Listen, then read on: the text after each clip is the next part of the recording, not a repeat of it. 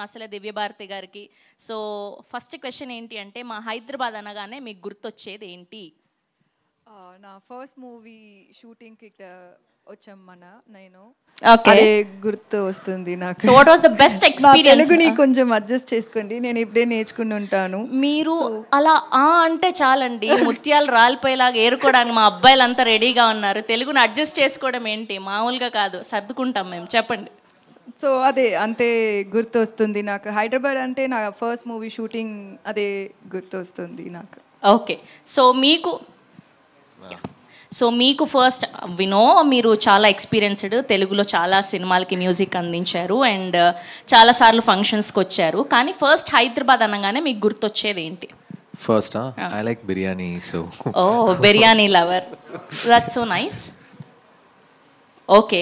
So and సినిమాకి రిలేటెడ్గా ఒక క్వశ్చన్ అంటే, మీరు ఎప్పుడైనా ఇలాంటి ఒక భయపడే సిచ్యువేషన్ని ఫేస్ చేశారా? ఇలాంటిది ఎప్పుడైనా డ్రీమ్లో కానీ లేదా ఎవరిదైనా రియల్ లైఫ్లో వినడం కానీ చూడడం కానీ జరిగిందా?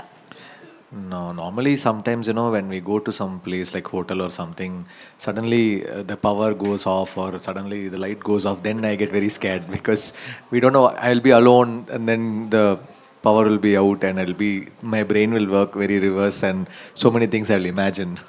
So that time it will be a little scary. Okay. చైల్డ్హుడ్లోనా ఇప్పుడు రీసెంట్గా ఎప్పుడైనా? Childhood low, I saw this film Exorcist, so that time 4 days I couldn't sleep properly. భయపడతారు అయితే. ఓకే. దివ్యభారతి గారికి ఎస్. సో మీరు ఎప్పుడైనా ఇలాంటిది రియల్ లైఫ్లో ఫేస్ చేశారా, భయపడిన సిచ్యువేషన్? గోస్ట్ అని చూడలేదు, బట్ జనరల్గా నాకు ఒక కొత్త ప్లేస్ వెళ్తానంటే అక్కడ నాకు భయం వస్తుంది. దీని ముంత్రాన ఎవరినో చచ్చిపోయారా ఈ ప్లేస్లో. మన షూట్కి కొత్త కొత్త ప్లేస్లో స్టే చేస్తాం కదా, హోటల్స్ అన్నీ.